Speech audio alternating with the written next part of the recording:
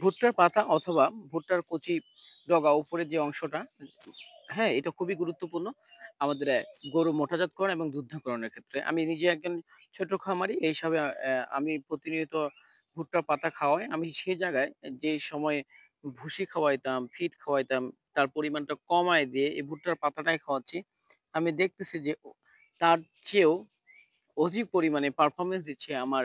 প্রায় আমি যতদিন থেকে গরুকে ভুট্টার পাতা এবং কি ভুট্টার উপরের ডগাটা বা আগাল খাওয়াচ্ছি, ততদিন পর্যন্ত দেখতেছি যে আমার দুধ প্রায় ১ থেকে ১.৫ কেজি বাড়ে গেছে। তো এই পদ্ধতি আপনারা করতে পারেন। এটা আপনার আগে কাটবেন। কাটার পরে আগালটা কাটার পর হালকা করে কুচি করে খড়ের সাথে বা ডিরেক্টলি আপনি দিতে পারেন, যদি আপনার গরু না সহ্য করতে পারে, অর্থাৎ পাতলা পায়খানা করে, তাহলে আপনারা একটা কাজ করবেন, খড়ের সাথে মিশিয়ে সুন্দরভাবে সেটাকে দিবেন। আর যদি খড়ের সাথে না দেন কোনো সমস্যা নেই। তবে খড়ের সাথে দেওয়াটা সবচেয়ে ভালো হবে। কারণ এতে অনেক ভালো হয়।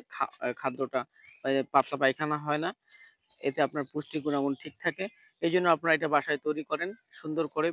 হ্যাঁ? আপনি ভালো রেজাল্ট এবং বেনিফিট পাবেন। এভাবে প্রস্তুতি করেন। আশা করি ভালো রেজাল্ট পাবেন। ভালো লাগলে আমাদের চ্যানেলের সাথে থাকবেন। সালামু আলাইকুম ওয়া রাহমাতুল্লাহি ওয়া বারাকাতুহু।